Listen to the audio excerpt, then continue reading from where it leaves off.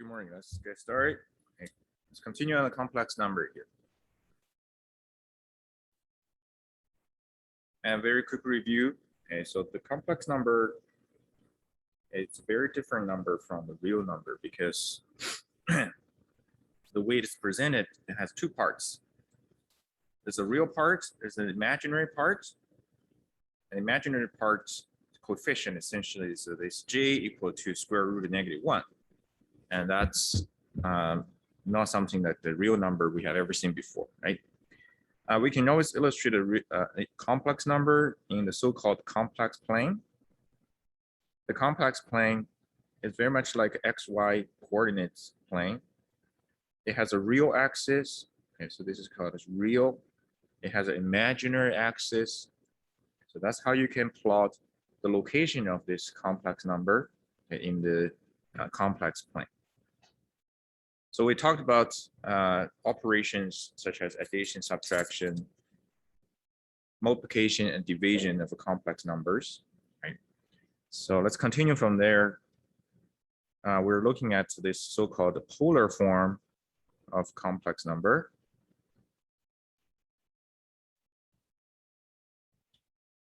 So polar form, basically, we try to use two other information or two other parameters to represent the same complex number.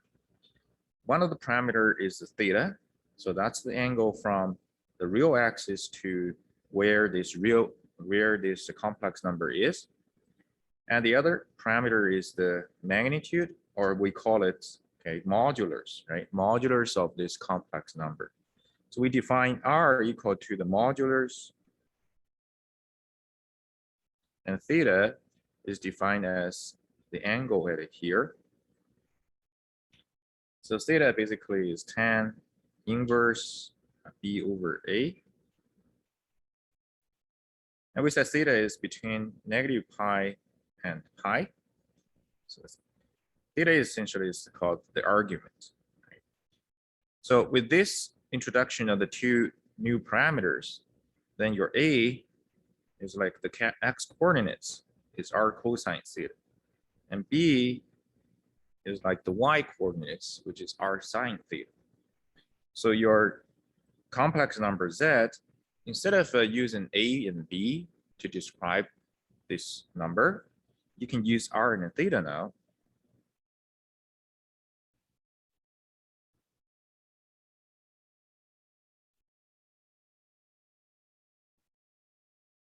So you can write this into R and theta parameter. So R is a common factor, so you can take it out.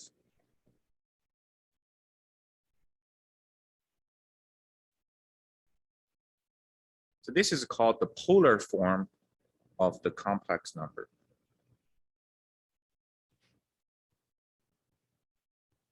Because R and theta, as we're actually going to learn in other courses too, you also probably have learned that R and theta essentially is called the polar parameters.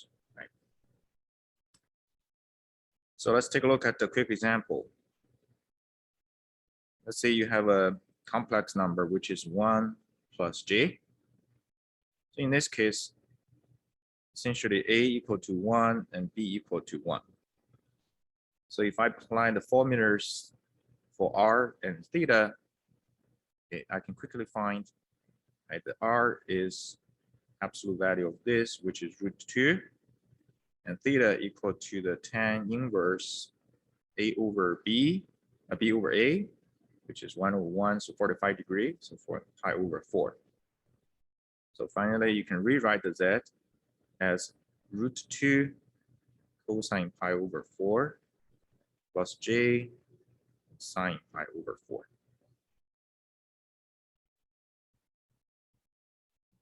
Now, you probably will argue, what's the advantage of using this R and theta instead of an actual original number?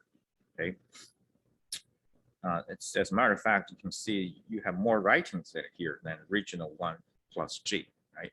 So we're going to talk about the advantage of using polar form complex number. So after the next topic, Euler's formula, we'll see how beneficial with this polar form for a complex number. Okay, so the next topic is actually quite a useful formula. It's called the Euler's formula.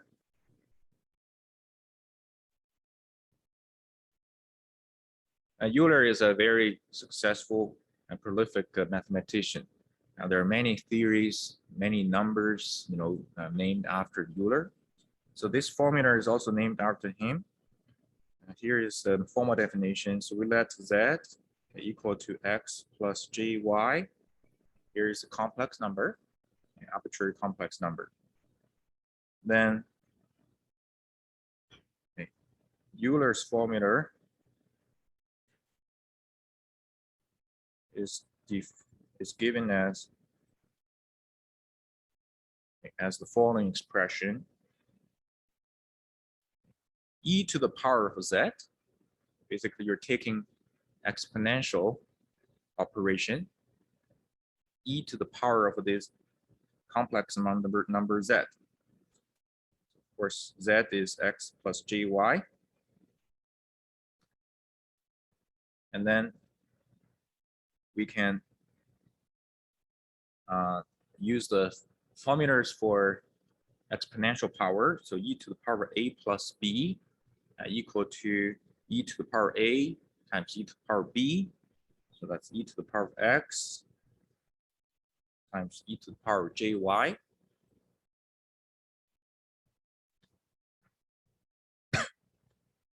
And then from here, e to the power of x is a real number. So e to the power of x is going to be a real number, right? As long as you have it. So the key is the second, this e to the power of jy. So Euler has successfully proved that e to the power of jy is basically cosine y plus j sine y. So sometimes basically this part is actually the Euler's formula, but this is essentially the key at it here. How do you express e to the power of a complex number, so imaginary number? Right? And that can be expressed as a complex number, cosine y plus j sine y.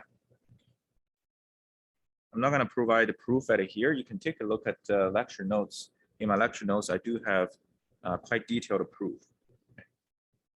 So proof is in the lecture notes.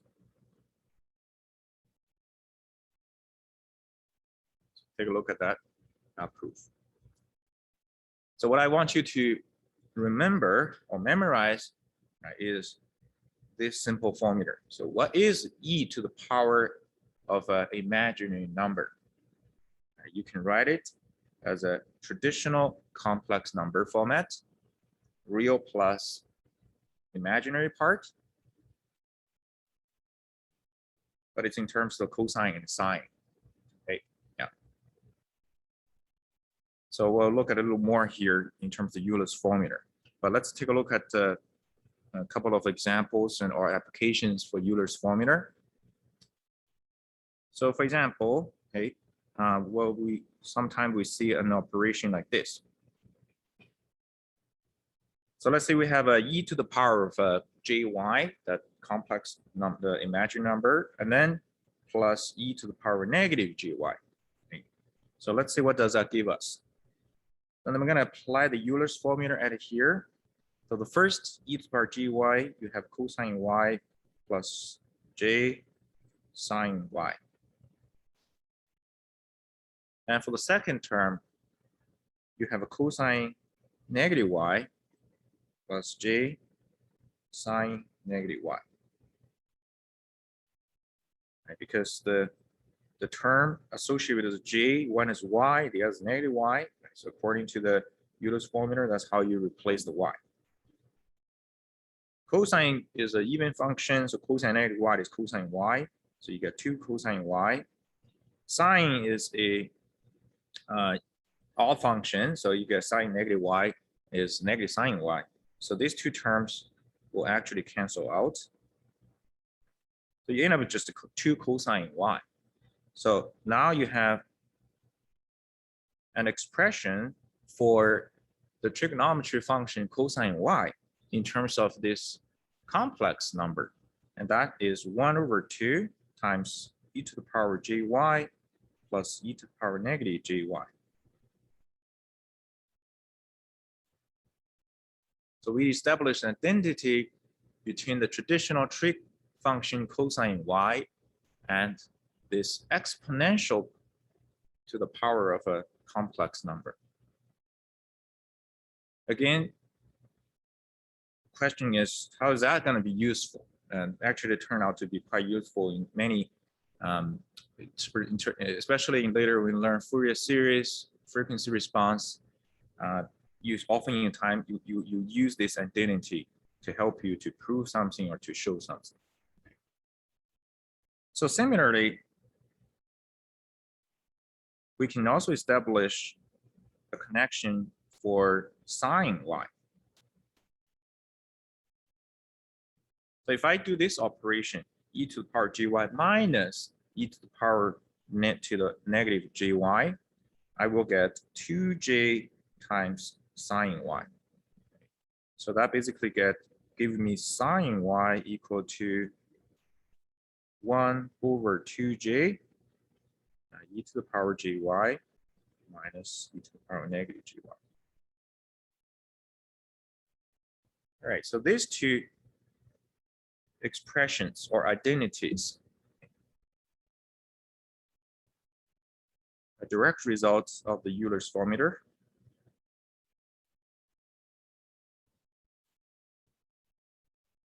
And it can be used in many different scenarios. Okay. All right, another thing is, let's consider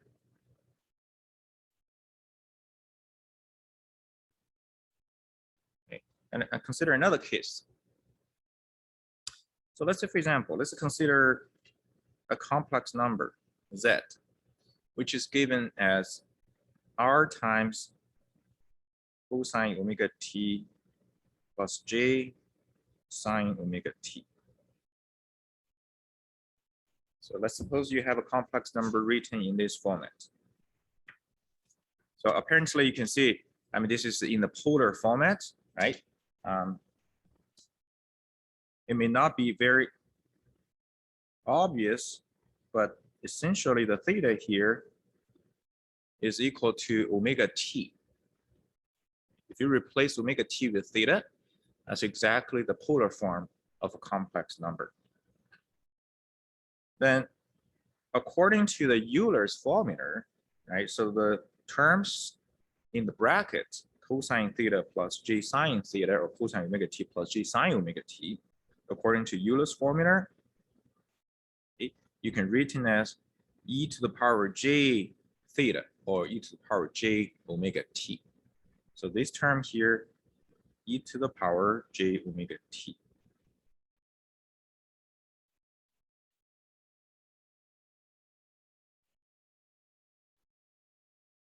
Now the way this complex number is written as actually give us not a constant complex number, right?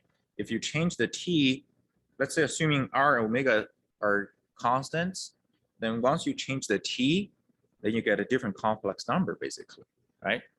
So then what does this complex number look like if I actually put it into the complex plane? So if you look at this complex number, okay, it's r times cosine omega t is a, and b is r times sine omega t, right? It's like the xy coordinates, right, representing this complex number. And r is a constant in this case, and omega t, omega is constant, t is not a constant. So basically your a, if your a is right here and your b is right here, you draw like a vector from origin to that location. So this angle here, right, is omega t, or is your theta. And then this is your r, right? So now you can think in your head, if I change the t starting from 0, then this line starts from here, right? And the magnitude of the so-called modular is not going to change. As t changes from 0, start to increase, then this complex number essentially is going to experience a circular motion around this origin there. And omega basically is the angular speed, right? So omega essentially is the angular speed.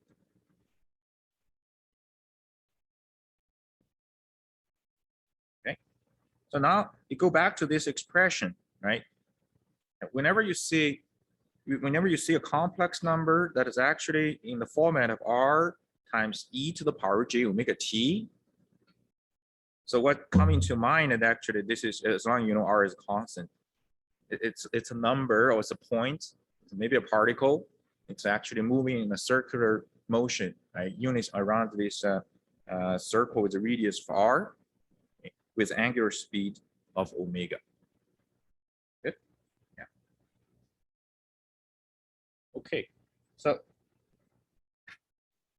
that's actually something you can relate. Okay, you can literally use this expression to represent, right, certain type of particle motion, okay, around units around a certain circle, right, of a radius r. All right, so let's take a look at another example of this Euler's formula here. How it can be used. So this example here can be very misleading, so just be careful. So let's start from a simple one. Okay. How would you calculate 3 to the power of a complex number? Let's use j here, because since I've been using j. Right? So what is 3 to the power of j? If I ask you 3 to the power 2, you got 9, right? Yeah. But now it's a 3 to the power of a complex number. So how do we deal with this? So I'm going to write it down here, then you can try it in the next one. Okay. So 3 to the power j, how you typically would do is you transform the 3 to e to the power of ln 3. So e to the power of ln 3 give you back to 3. And then to the power of j. So that gives you e to the power, so e to the power of a to the power of b equal to e to the power of ab.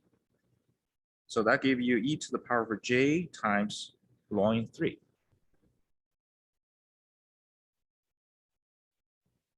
And now this is exactly in the format of a Euler's formula, right?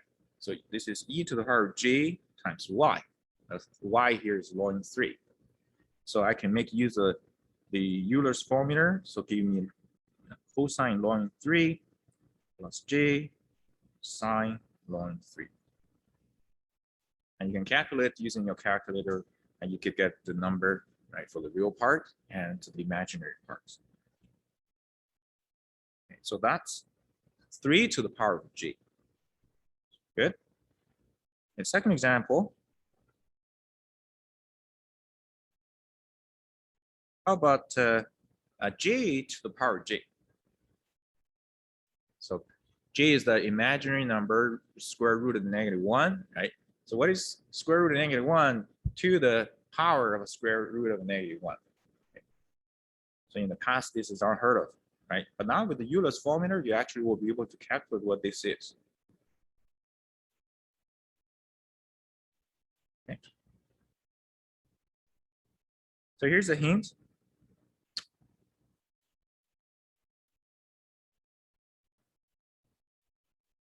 So let's calculate what is e to the power of pi over 2 times j.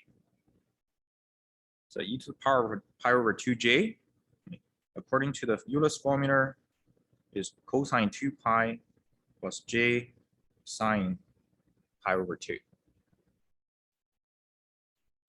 Cosine 90 degrees is 0. Sine 90 degrees is 1. So this you get 1. Sorry, j, right? Yeah. So the base at here, which is j, is equivalent to e to the power pi over 2j. Then the j to the power of j can be written as e to the power of pi over 2j, and then to the power of j.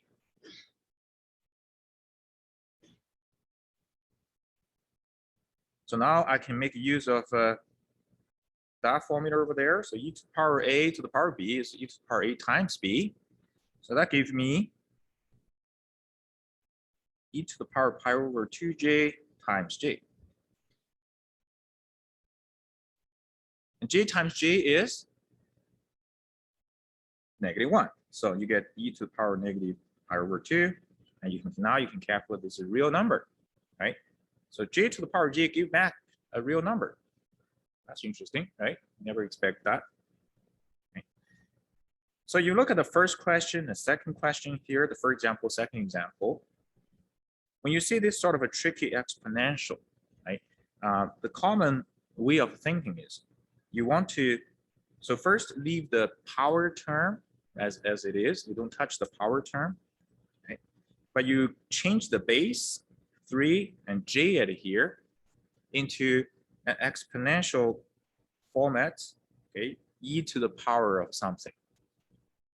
And mostly is to use the Euler's formula, okay, or sometimes to use a constant transformation to change it into a e to the power of something. And then you can use this formula here to carry out, plus the Euler's formula to give you the final result. Okay. So that's the thing here. So I want you to try this one here. J to the power j to the power j. Okay, so actually this one you have to see it very properly.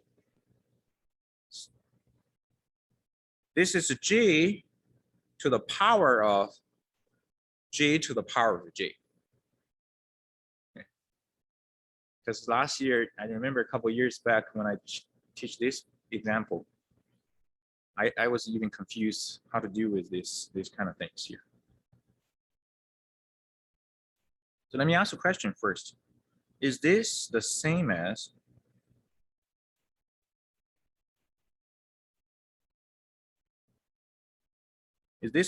this?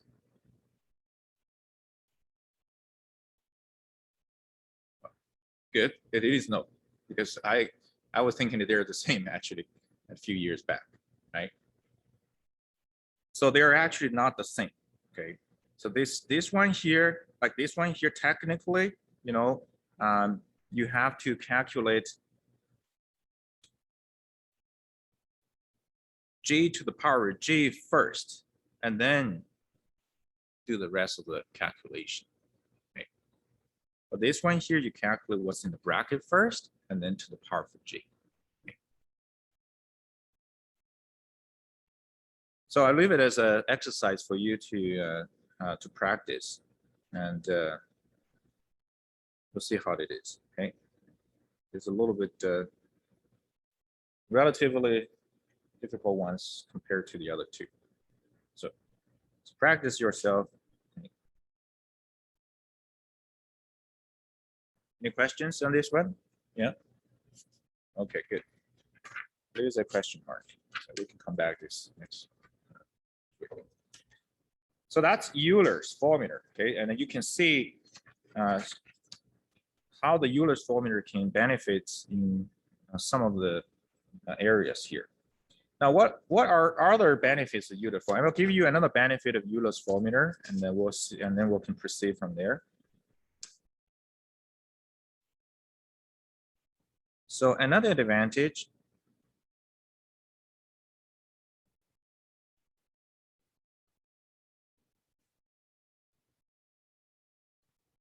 of this polar form.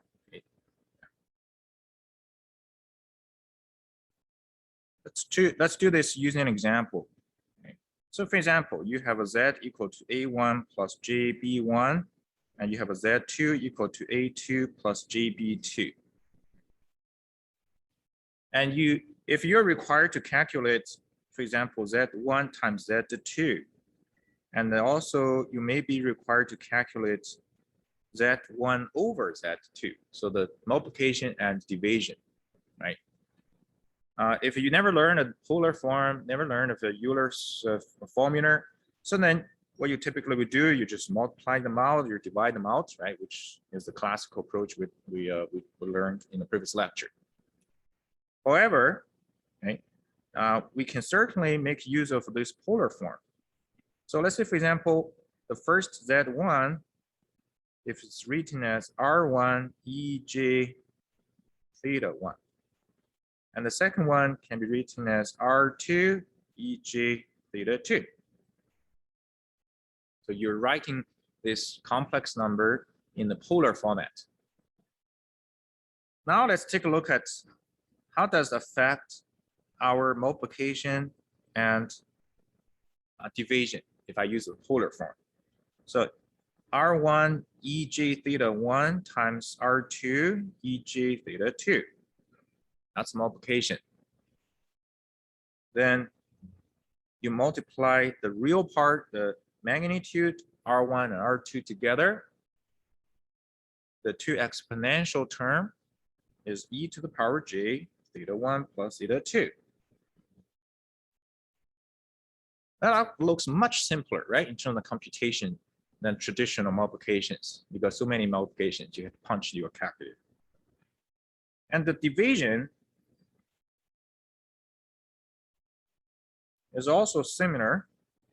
So you got R1 over R2, then e to the power j theta 1 minus theta 2.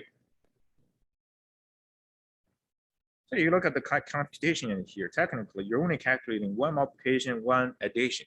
This one you calculate division and the subtraction, right? Then you get the result. So of course, if you're required to write down the actual complex number at the end in the terms of A plus JB format, then you apply the Euler's formula and you calculate, use a calculator to get final results. Okay. So that gives you a different perspective, essentially, how you can carry out the operation of a complex number using this polar form together with the Euler's formula.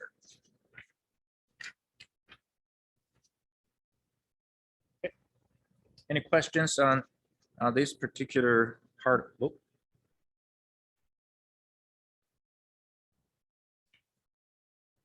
So let's continue with more concept on complex numbers at here. You know, a lot of this actually also we can interpret as the applications of complex numbers.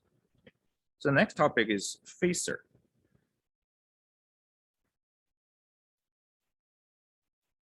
Phasor representation of sinusoidal signal.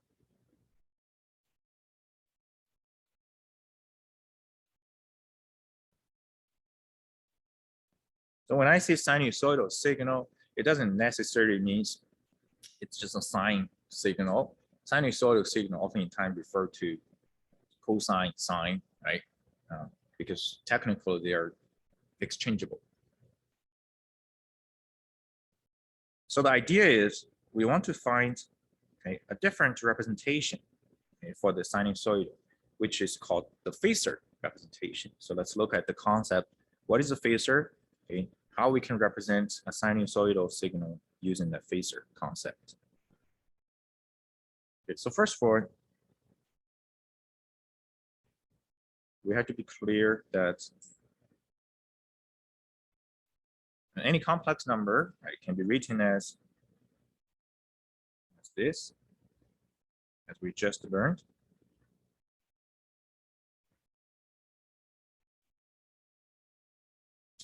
Now let me introduce a new notation for this complex number. So we're gonna let Z equal to R angle theta. So here's a new notation. This is exactly based on the polar form of this complex number. So as you can see, the new notation in here, it involves the two polar parameter. One is r, the other theta, and in between is the angle. So the meaning basically is the complex numbers represented by the magnitude of r and a certain angle theta. So whenever you see this notation, that basically means this one here. Your theta directly come out of this power term, which is the coefficient for the j. If this is negative, then put a negative here. Positive, you put a positive here. And now let's consider a sinusoidal signal.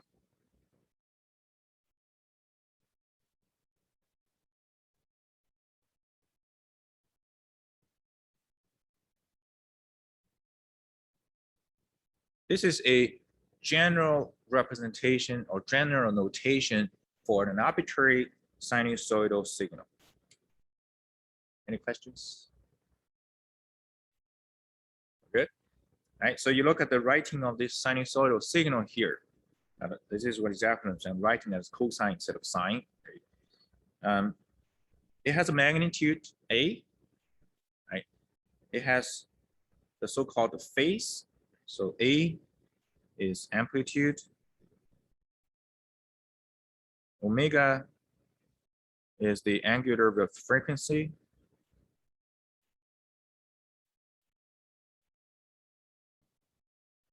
Then phi, right, is the so-called phase.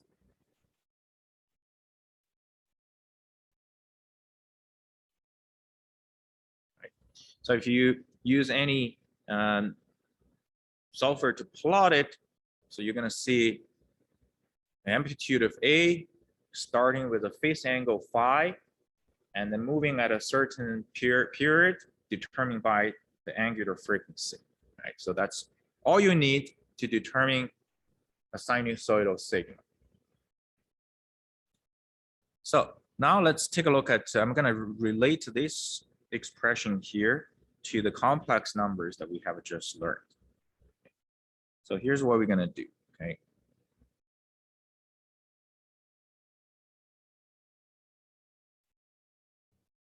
So V of t is A cosine omega t plus phi. So I wanted to relate to complex number, right? But this is a real number. Okay? This is not a complex number. But if I have to relate to a complex number, if you look at this, A times cosine something, right? So let's go back to our complex number in the polar form. When you have a polar form, you have a r times cosine n plus r, and then j plus j times r times sine, right? So if you look at the real part of this complex number, that's basically the format that we are looking at, right? R times cosine something, okay? So maybe what I could do is I just need the real parts of a complex number. So which is this A times e to the power j omega t plus phi. So I only need this portion here. So, and now you can see, I connect the real function with a complex function here. And then let's manipulate this one. So this is equal to real, okay? So so e to the power of j omega t plus phi. So it's like e to the power of a plus b. Basically is equal to e to the power j phi, e to the power j omega t.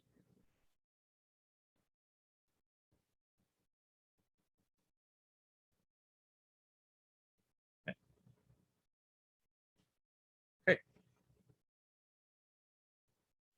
So what we're doing here is, right, we're representing this sinusoidal signal using this complex number. Okay. Now let me introduce this phasor concept. So we're going to let this A, E, J phi, this particular term here, we're going to let it equal to A angle phi, right? That's the new notation I introduced at the beginning of this topic. Right? So we're letting Z equal to the angle and the magnitude. So let equal to A angle phi. So this one here, okay, is the so-called phasor for V of t. That's the phasor for this original function V of t. Now you might wonder, why is this being singled out at here? Right? Now, because if you look at the original function A times cosine omega t plus phi, so technically, what determines the function? You got a magnitude, you got a phasor, which is basically you get a magnitude, the starting point. And when t equal to 0, that's where the angle starts with the phase phi, right? And once you get this starting point nailed down, then the rest of the motion, right, given by this sinusoidal signal, is essentially becomes a periodic function, right, determined by the omega. So I could also illustrate this idea using the complex plane that we have done.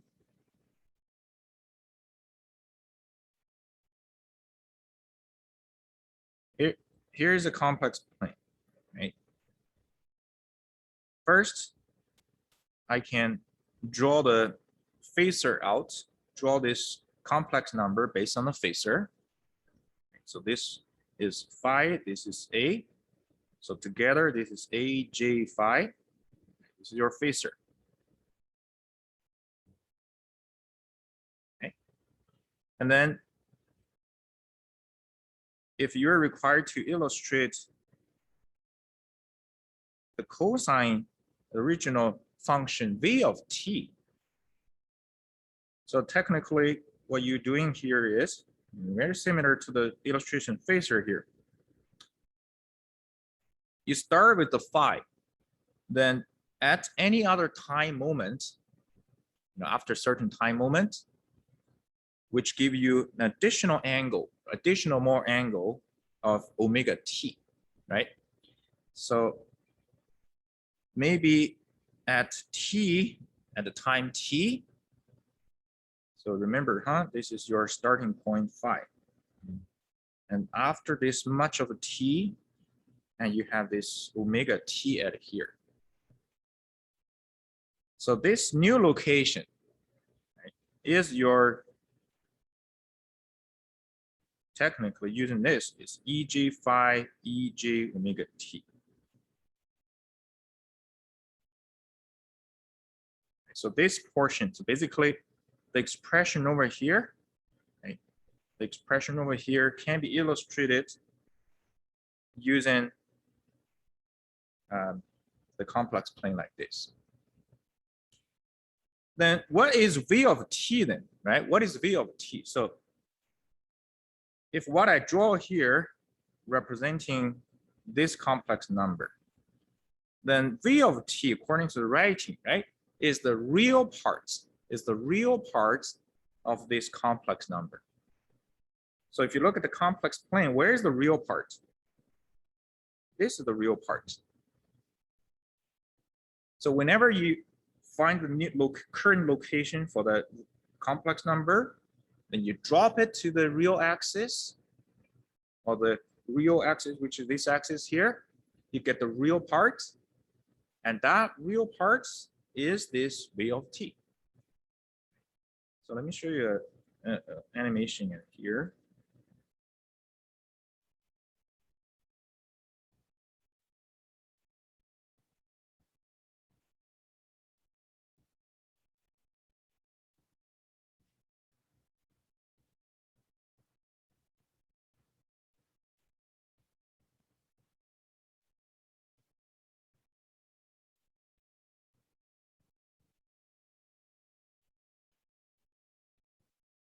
All right, so watch this animation. So basically, the rotation motion in the complex plane represent that EJ phi times EJ omega t.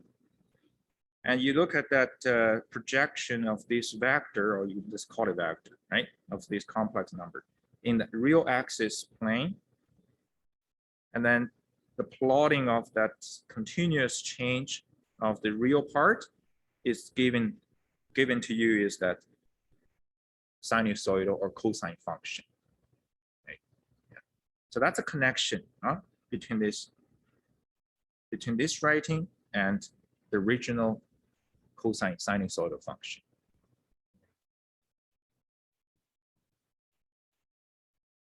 Now, the purpose actually more or less is next is this.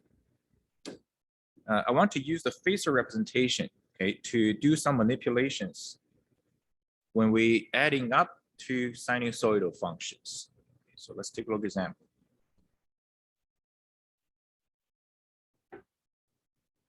Any questions? All good? Okay.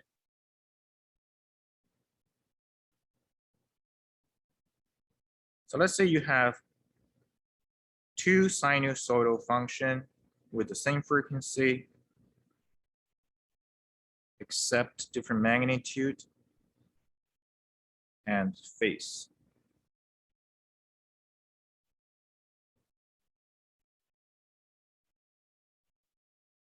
And I want to find out what is the result of addition of these two sinusoidal functions.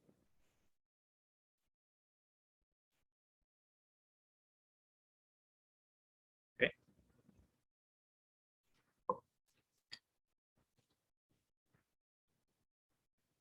So if you don't like symbols, let's use some numbers at here. Okay. So for example, let's A1 equal to, let's do this. Maybe use a number to do this question. So V1 of t equal to 3 cosine 20t plus 10 degree. V2 of t equal to negative 5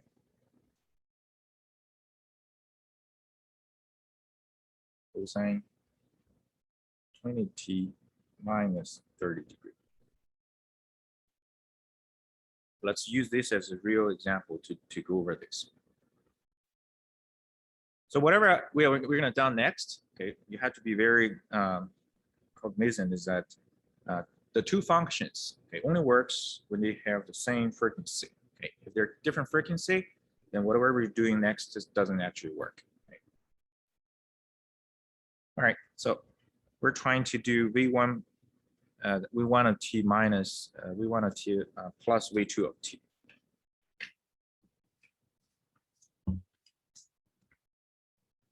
So V1 of t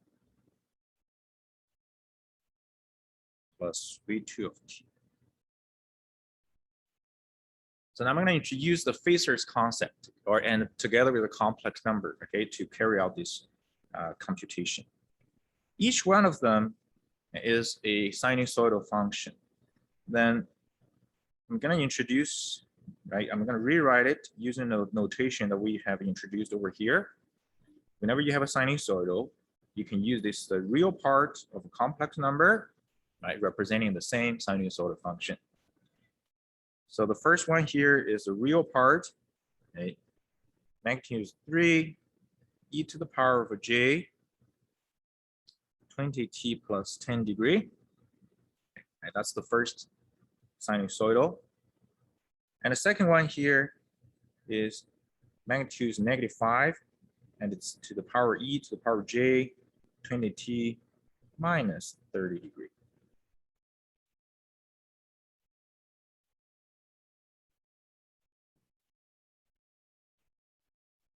Okay, so now let's do some simplifications.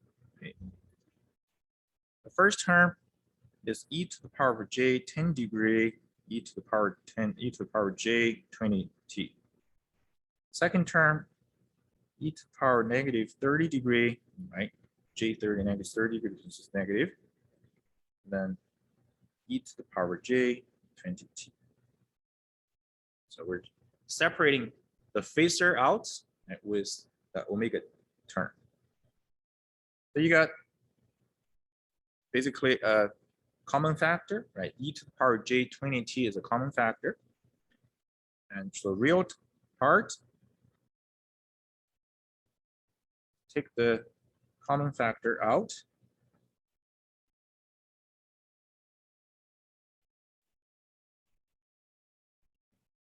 And that's what you get for this one. You're taking this real part out, the common factor. And then if you focus on the terms within the bracket, this term within the bracket here, this term has no variables at all, right? This term is all constant, 3, 10 degree, 5, negative 30 degree, that means the G. But they are complex numbers. So technically, you can certainly calculate offline what is the value or what is the result of this operation of this one. Okay, so if you calculate using Euler's formula, this is 3 cosine 10 plus j sine 10 minus 5 cosine negative 30 and j sine negative 30. So use your calculator, calculate all the cosine, sine, and group the real and imaginary part together. So you're gonna get approximately negative 1.3757 plus j 3.0209. You get a complex number like this.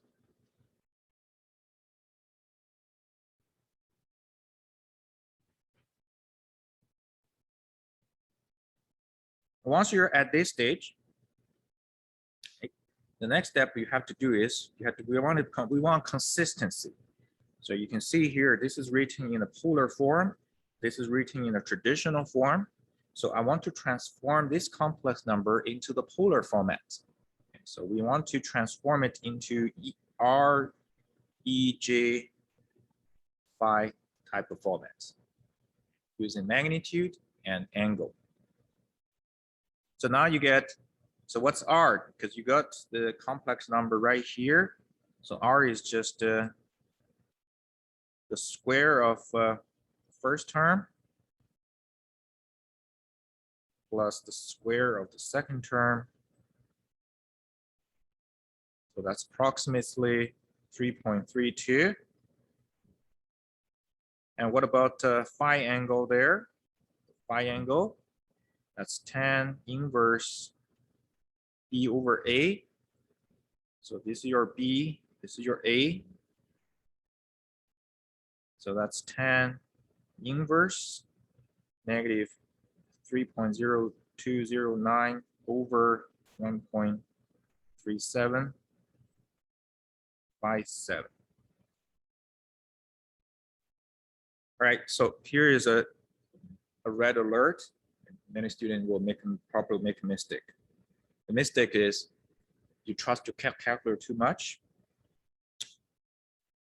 So maybe somebody can bring out your calculator. Use your calculator. What do you get?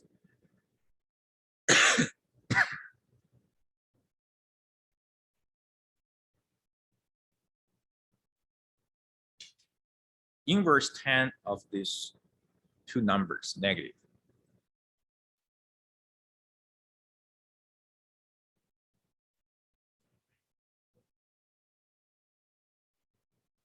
Reading to our reading to our degree. 665. 65.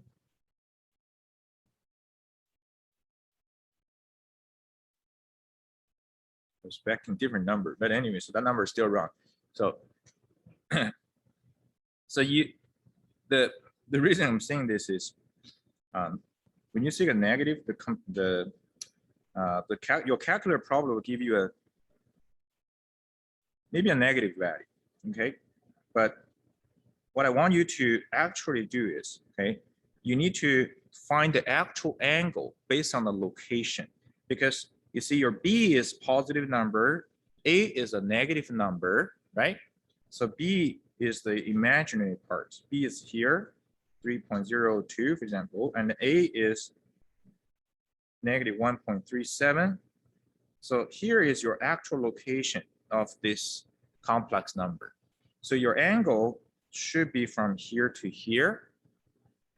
Remember, the angle is between negative pi and pi. Okay. So if your calculator gives you a negative number, you actually, it's wrong, okay? So you should use this notation, graphical notation, to get this number, which should be 114.5 degrees. Okay. So I'm running out of time here, so let me finish this example in the next lecture, but we're pretty much done with this example here. Okay. I think our staff member, what? Yeah. Oh, there's questions, sorry, yeah.